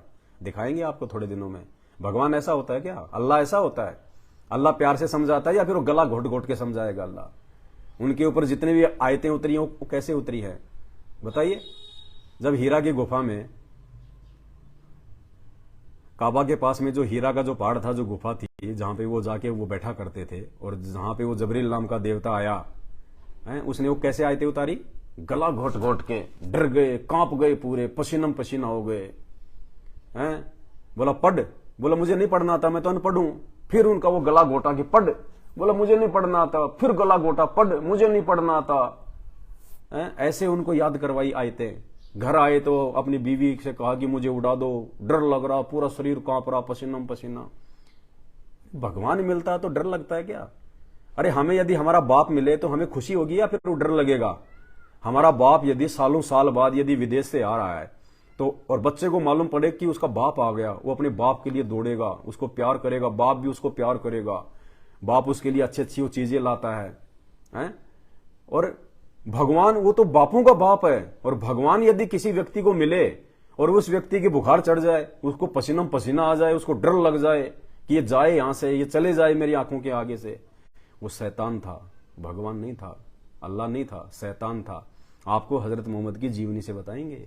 असली अल्लाह तो आज आया हुआ है, जो आप और हमारे शरीर के माँ बाप से भी लाखों गुना प्यार करने को तैयार बैठा है। ये संत रामपाल जी हमें लाखों गुना ज्यादा प्यार करने को तैयार बैठे हैं, हमें अपने सीने से लगाने के लिए तैयार बैठे हैं ये परमात्मा। तो भाइयों आंख खोलो। ऐसी साधना करने वाले जिन्होंने कभी जिंदगी में शराब नहीं पी, मांस नहीं खाया, झूठ तक नहीं बोला, जिन्होंने किसी को सताया नहीं, किसी को गाली तक नहीं दी, उस हजरत मोहम्मद की भी अकाल मौत हुई। वो भी 100 साल की उम्र प्राप्त नहीं कर पाए 2000 साल पहले। वो भी 62 और 63 साल की उम्र में मरे अकाल मौत, और वो बीमारी से मरे। और संत रामपाल जी के सत्संग सुनो, उनकी शरण में आओ, संत रामपाल जी से स्टाम्प पे लिखवा लो 100 साल की उम्र, और जिंदगी में आपको कभी वो रोग नहीं हो सकता जिस रोग से आपकी भक्ति बाधित हो जाए। ठीक है, छोटे मोटे सर्दी जुकाम वगैरह तो भैया हमारा ये 8 मास का जो शरीर है, ये तो हमारे ये खान पान के ऊपर है, लेकिन आपकी ऐसी जो है वो दुर्गति से मौत नहीं होगी, आपकी किसी एड्स से या कैंसर से या किसी ऐसे भयंकर रोग से जिससे कि हजरत मोहम्मद जी मरे, ऐसे आपकी बीमारी नहीं होगी। श्री कृष्ण जी की तरह आपके पैर में जहरीला तीर लग के वो तड़प तड़प के मौत नहीं होगी, गारंटेड बात है। जिसके पास में भक्ति होती है ना यथार्थ, और जिसका गुरु सच्चा होता है, बिना गुरु के तो भक्ति होती ही नहीं, ये तो आप भूल जाओ। जो लोग अपने मनमुखी रूप से जो अपना ये जो घंटियां बजाते हैं, मंदिर में जाते हैं या फिर जो मस्जिद में जा रहे हैं, बिना गुरु के तो भक्ति होती नहीं। और गुरु धरती पे केवल एक ही होता है एक समय में, जो नाम देने का अधिकारी होता है। बाकी तो गुरु आपको गांव गांव में मिल जाएंगे, जो है कोई बड़ी बात नहीं है। श्री रामचंद्र जी का जीवन देख लो, सरयू नदी में डूब के, सरयू नदी में, हम तो कह देते हैं उन्होंने समाधि ले ली। समाधि ऐसे नहीं ली जाती है, जिंदा आदमी कैसे समाधि लेगा? अभी जो वो टाइटैनिक जहाज जो देखने गए थे उन्होंने तो समाधि ली थी, वो वही उन्होंने भी तो समाधि ली थी, वो भी तो पानी के अंदर गए थे लेकिन मरे कैसे? तड़प तड़प के, जैसे ऑक्सीजन समाप्त हुई तड़प तड़प के विस्फोट हुआ। तो भैया अंत में श्री रामचंद्र जी हर प्रकार से दुखी होके, परेशान होके, ना माँ बाप का साया सिर पे, जनता भी उनको ताना मार रही थी, धोबी ने उनको जो है वो ताने मारे, उनकी पत्नी जो है जंगल में थी, वो अपनी पत्नी से जो है वो दूर थे, अपने बच्चों से दूर थे। अंत में उसके बच्चों ने जो है रामचंद्र जी के खिलाफ जो है वो बगावत कर दी और अपने बच्चों से हार गए रामचंद्र जी। हनुमान जी हार गए, लक्ष्मण हार गए, जो है सुग्रीव हार गया। देखो ये बहुत भयंकर जाल है इस काल का। जब लाखों करोड़ों लोगों को जब मरवाना था, जब उनके वो कर्म बिगड़वाने थे राम के, हनुमान के, तब तो राम रावण युद्ध में सबको शक्तियां दे दी, उठा उठा के फटक रहे थे। और जब बात आई लव और कुश के साथ में झगड़ा करने की, तो उस समय वहां पे कोई नहीं मरना था। तो काल ने उस समय उन सबकी औकात याद दिखा दी। हनुमान जी भी फुस्त, सुग्रीव भी पस्त, लक्ष्मण भी पस्त, सब फैल हो गए। रामचंद्र जी भी पस्त अपने बेटों के आगे। काल ने सबकी औकात याद दिला दी कि उस समय वो शक्ति जब रावण के साथ में जब हुआ था युद्ध, तो चाहे हनुमान हो, चाहे सुग्रीव हो, चाहे अंगद हो, चाहे लक्ष्मण हो, चाहे राम हो, चाहे जामवंत हो, वो शक्ति उस काल ने दी थी शैतान ने। क्योंकि शैतान ने वहां पे लाखों करोड़ों लोगों को जो है मरवाना था। क्योंकि ये रोजाना के 1 लाख आदमी खाता है, 1 लाख व्यक्ति उसका भोजन है काल का। वो आलू टमाटर नहीं खाता, सेब संतरे नहीं खाता। यहां जो लोग मरते हैं, जो एक्सीडेंट में मरते हैं, जैसे भी मरते हैं, 1 लाख खाता है प्रतिदिन भून भून के। ये उसको श्राप लगा हुआ है उस अल्लाह की तरफ से। ये बात जब आप संत रामपाल जी के द्वारा सुनाई गई शास्त्रों से, जब आप उनकी सृष्टि रचना सुनेंगे 2 से 3 घंटे की, आपकी आंखें खोलेंगे। किस बहम में जी रहे हो तुम? जब राम कृष्ण हजरत मोहम्मद जैसों को नहीं छोड़ा उस काल ने, आप और हमारी औकात क्या है, हम कौन से खेत की मूली हैं जो सही भक्ति, क्योंकि राम और कृष्ण जैसी भक्ति तो हिंदू नहीं कर सकते, हजरत मोहम्मद के जैसी भक्ति जो है ये मुसलमान नहीं कर सकते। और जब उनकी भी ऐसी मौत हुई, उनको भी काल ने जो है वो ठग लिया शैतान ने, आप और हमारी क्या औकात है, कौन से खेत की मूली है। कहते हैं मर्द गरद में मिल गए, मर्द कौन, जिनको राम श्री कृष्ण, रावण, कंस, हजरत मोहम्मद, कहते ये तो मर्द थे। कहते मर्द गरद में मिल गए, रावण से रणधीर, कंस केस चानूर से हिरणाकुश बलबूर। हिरण्यकश्यप प्रहलाद का बाप, ब्रह्मा जी का सबसे बड़ा भगत, कहते मिट्टी में मिले अंत में, मिट्टी में। और तेरी क्या बुनियाद प्राणी, आप और हमारे जैसे दो कोडे के इंसानों की, इस कलयुग में जन्म लेने वालों की, जिनके घर वाले जिनकी बात नहीं मानते, रावण जैसे। कहते 1 लाख पूत और 1.25 लाख नाती, उस रावण के घर में आज दीवाना बाती। रावण के 1 लाख बेटा बेटी थे, एक से बढ़ के एक, 1.25 लाख उसके रिश्ते नाती थे। कहते हैं आज उसके घर में कोई दीपक लगाने वाला भी नहीं है, ना राम का कोई वंशज बचा, धरती से सत्यानाश खो दिया, क्योंकि उन्होंने सही भक्ति नहीं करी। धरती से उनका सत्यानाश, उनका कोई नाम लेने वाला भी नहीं है उनके वंश में, उनके घर में कोई दीपक लेने वाला भी नहीं है, कोई दीपक जलाने वाला भी नहीं बचा, वंश में नहीं बचा कोई। श्री कृष्ण जी का आज कोई वंशज नहीं है, कोई दीपक लगाने वाला भी नहीं है।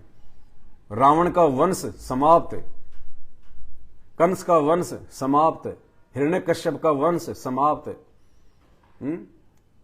कंस उनके वंश समाप्त हो गए। हजरत मोहम्मद का वंश समाप्त, हजरत मोहम्मद का तो उसी समय हो गया था।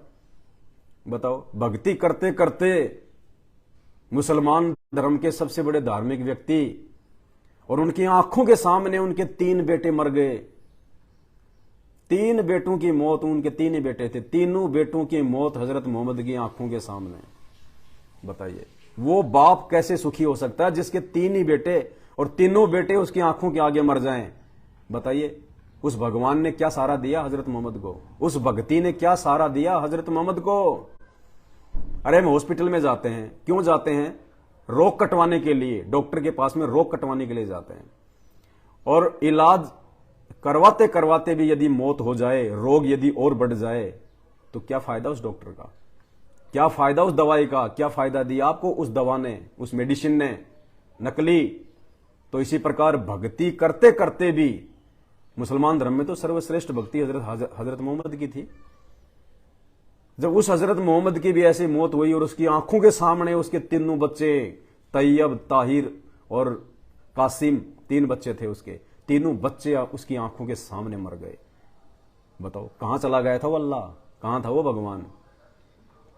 तो जब हजरत मोहम्मद को उस भक्ति से कोई लाभ नहीं मिला, कोई फायदा नहीं मिला, जो उसके भाग्य में होना था वो हुआ, तो आज के मुसलमानों को अल्लाह कहां से लाभ देगा?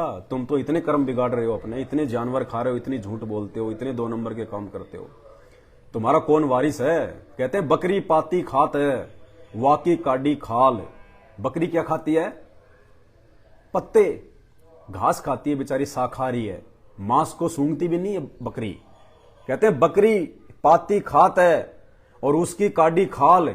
वो शाकाहारी प्राणी जिसने कभी मांस को छुआ नहीं, देखा नहीं, जिसने कभी किसी का जो है बुरा नहीं किया, कहते हैं उसकी भी अंत में बिना भक्ति के उसकी खाल उतारी जाती है, लोग उसका मांस खाते हैं, उस शाकाहारी प्राणी का। और कहते हैं जो बकरी को खाता है उसका क्या होगा हाल। और जो बकरी को खा रहा है, यानी जो मांस खाता है, मनुष्य जन्म प्राप्त करके जो अभक्ष्य से भोजन करता है, जो मांस खा रहा है, कहते हैं वो तो सीधे सीधे अपने वो कर्म बिगाड़ रहा है, वो तो भगवान का वो दोषी बन रहा है। कहते हैं उस नालायक के साथ में क्या होगा जब उसका शरीर छूटेगा, धर्मराज उसके साथ में कैसा कैसा हिसाब करेगा, उसके साथ क्या होगा। ये विचार करने की बात है। भाई और बहनों, वीडियो ज्यादा लंबा नहीं करूंगा, बस आपसे हाथ जोड़ के विनती है, कोशिश करूंगा भाई बहनों को समझाने की, सही रास्ते पे लाने की। आप चाहे गालियां दे, चाहे जो मर्जी करें, हमें आपकी गालियां भी स्वीकार हैं, और कभी आपको मिल जाए तो चाहे ठोक दो हमारे को, 2-4 थप्पड़ मार दो, हाथ मुक्के मार दो, कोई बड़ी बात नहीं, हम वो भी स्वीकार कर लेंगे। लेकिन हमारी कोशिश अंतिम समय तक यही रहेगी कि हम आपको ये सही बातें बताएं, धर्म और धार्मिकता से संबंधित बातें जो हमारे गुरुदेव भगवान ने बताई हैं। ये बातें हम आपको बताएं, समझाएं, ताकि आप भी हमारी तरह उन कुकर्मों को छोड़ के और अपने मानव जीवन को समझो कि परमेश्वर ने अनमोल शरीर क्यों दिया। भक्ति करवाने के लिए दिया उस अल्लाह ने, उस परमात्मा ने, बकवाद करने के लिए नहीं दिया, पैसा जोड़ने में खाली इसको बर्बाद करने के लिए नहीं दिया। मिलना वही है जो परमेश्वर ने तुम्हारे भाग्य में लिख दिया, जो उस अल्लाह ने, उस भगवान ने जब हम मां के पेट में थे, जहां पे हमारी वो रचना कर रहा था, उसी समय उसने हमारा अंतिम समय तक का पूरा सफर लिख दिया। और उसके बाद में ना माइनस हो सकता ना प्लस हो सकता, चाहे तुम अपनी कितनी कोशिश कर लेना। उन कोशिशों में तुम खाली अपने वो कर्म बिगाड़ सकते हो, 2 नंबर के काम करके, रिश्वत लेके, चोरी करके, झूठ बोल के, मांस खा के, तुम केवल अपने कर्म बिगाड़ सकते हो। लेकिन तुम्हारे भाग्य में, तुम्हारे संस्कार में, तुम्हारी किस्मत में कोई परिवर्तन नहीं हो सकता, जो उस अल्लाह ने, उस भगवान ने मां के पेट में लिख दिया। मासा घटे ना तिल बधे, विधाता लिखे जो लेख। मां के गर्भ में उस परमेश्वर ने जो लेख लिख दिए ना, मासा घटे ना तिल बधे, विधाता लिखे जो लेख। लेकिन सच्चा सतगुरु बैठकर ऊपर मारा मेख। केवल एक वो संत ही होगा, वो सतगुरु ही होगा, और वो सतगुरु रूप में वो अल्लाह खुद आता है। आज वो संत रामपाल जी के रूप में आया। केवल आज संत रामपाल जी ही वो संत है, वो सच्चा सतगुरु है, जो मां के पेट में लिखे गए अपने ही द्वारा उस भाग्य को आज वो संत रूप में स्वयं ही मिटा सकता है। वो चेंज कर सकता है, अच्छे को वो बुरे में तब्दील कर सकता है। लेकिन वो करेगा कब? जब हमें उसकी जानकारी होगी, जब हम उनके वो सत्संग सुनेंगे, उनके विचार सुनेंगे, उनके नियमों पे चलेंगे, उनके अनुसार चलेंगे, शास्त्रों के अनुसार चलेंगे, तब वो परमात्मा हम पे रहम करेगा, वो सतगुरु हम पे रहम करेगा। तो बस दास की प्रार्थना है, विनती है, जब भी समय मिलेगा भाई बहनों को समझाते रहेंगे, जो है वो बताते रहेंगे। आपको सच्चाई के राह पे चलने के लिए हम आपको जो है वो प्रेरित करते रहेंगे। और विनती करूंगा, निष्पक्ष भाव से वीडियो देखा करें। मेरे वीडियो यदि आप हिंदू बन के, मुसलमान बन के, अपने आप को बहुत बड़ा कोई पैसे वाला समझ के, बहुत बड़ा कोई अधिकारी समझ के अगर आप देखेंगे, आप जिंदगी में नहीं समझ पाएंगे, कुछ हासिल नहीं कर पाएंगे, केवल आप अपना समय बर्बाद करेंगे, इससे ज्यादा कुछ नहीं।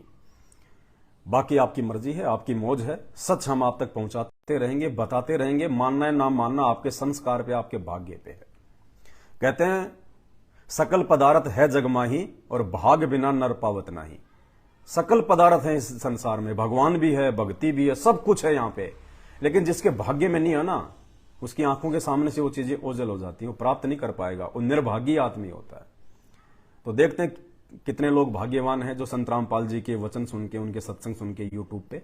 और सत्संगों में सृष्टि रचना, हर बार बोलता हूं, बार बार बोलूंगा, जब तक आप जिस सृष्टि रचना को नहीं समझेंगे, ये पूरे ब्रह्मांड की संरचना को नहीं समझेंगे, आप कुछ भी नहीं समझ पाएंगे, मेरे वीडियो भी नहीं समझ पाएंगे। आप संत रामपाल जी को समझना तो लाखों कोस दूर की बात है। हम जैसे जो उनके चरणों की धूल है, आप उनको भी नहीं समझ पाओगे, हमारे विचारों को भी नहीं समझ पाओगे। तो सृष्टि रचना को जरूर गौर कीजिएगा, जब भी समय मिले आपको। एक बार में समझ में ना आए, दोबारा सुनना, तीसरी बार सुनना, फिर देखना, हृदय परिवर्तन हो जाएगा, जीवन परिवर्तित हो जाएगा। भूल जाओगे, आपको ये बच्चों जैसे जो है ये खिलौने लगेंगे, हिंदू, मुसलमान, सिख, ईसाई, ये धर्म, जाति वगैरह, ये वो कुछ नहीं। ये मिट्टी का शरीर है, मिट्टी में मिल जाना है, देने वाला परमात्मा है। इस शरीर के रहते सहते ना, इसका फायदा उठा लो। और फायदा केवल भक्ति में है, किसी चीज में नहीं है। तुम कितना ही पैसा कमा लो, तुम अरबपति, तुम खरबपति, देख लो आज से पहले कितने अरबपति खरबपति हो चुके हैं, और अंत में उनकी मौत कैसे हुई? दुर्गति से। वो पैसा काम नहीं आया, पैसा काम नहीं आया, पैसे ने उनका वो पीड़ा जो है वो नहीं मिटाया। आज जितने भी ये बॉलीवुड वाले हैं, जितने भी ये फिल्मी सितारे हैं, ये कैसे मर रहे हैं? कोई भी सही मौत नहीं मरता, सब कैंसर से मरते हैं, हार्ट अटैक से मरते हैं, लीलावती हॉस्पिटल में मरते हैं, बीमारी से मरते हैं सारे के सारे। लास्ट में किसी के डायबिटीज, तो किसी के शुगर, तो किसी के ब्लड प्रेशर, भुगत भुगत के मरते हैं जितने भी ये बॉलीवुड वाले हैं। क्यों? भक्ति की नहीं की, तो फालतू की भक्ति, जिस भक्ति का हमारे धर्मशास्त्रों में कोई वर्णन ही नहीं है। राधे राधे श्याम मिला दे, हरे रामा हरे कृष्ण अल्लाहू अकबर, माइक लगा के, ये भक्ति हमारे शास्त्रों में नहीं है, ना हिंदू धर्म में, ना मुसलमान धर्म में। और उस परमात्मा के विधान के अनुसार अगर तुम भक्ति करोगे तो उस भक्ति से तुम्हें कोई लाभ नहीं होगा। वही होगा जो तुम्हारे भाग्य में, तुम्हारे जो संस्कार में है। तो सबकी दुर्गति से मौत, बताइए, उनसे ज्यादा तो इज्जत, उनसे ज्यादा तो पैसा हम किसी का मानते ही नहीं। बॉलीवुड वालों के ये तो हीरो हैं, हीरो, खाक के हीरो, दुनिया बर्बाद कर दी उन्होंने।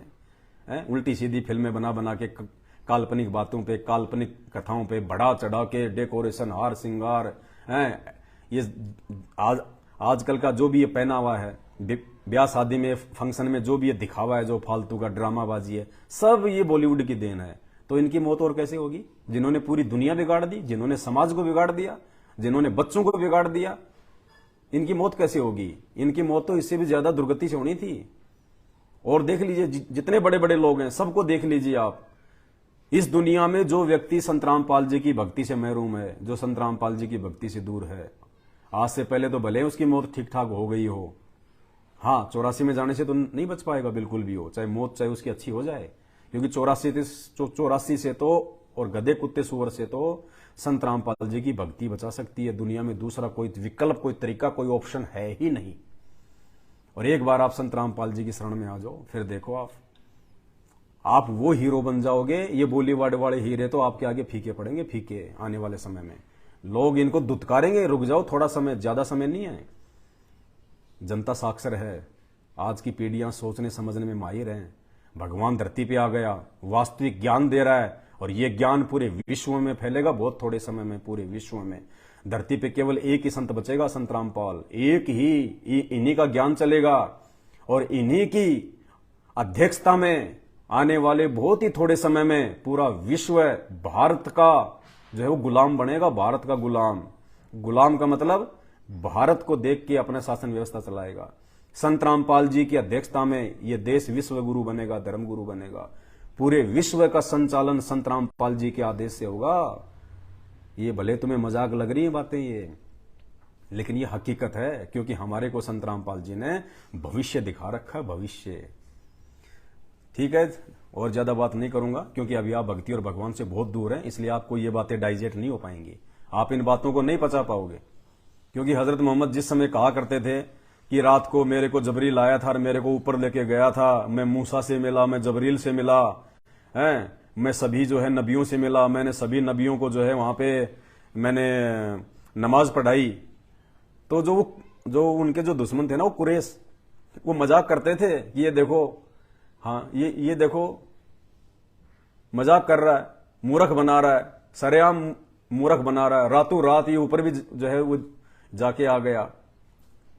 उसकी हंसी उड़ाया करते थे, मजाक किया करते थे उसको पागल समझा करते थे, उसको मूर्ख समझा करते थे कि हमें मिले तेरे को मूर्ख बनाने के लिए, उन्हीं के रिश्तेदार हजरत मोहम्मद के।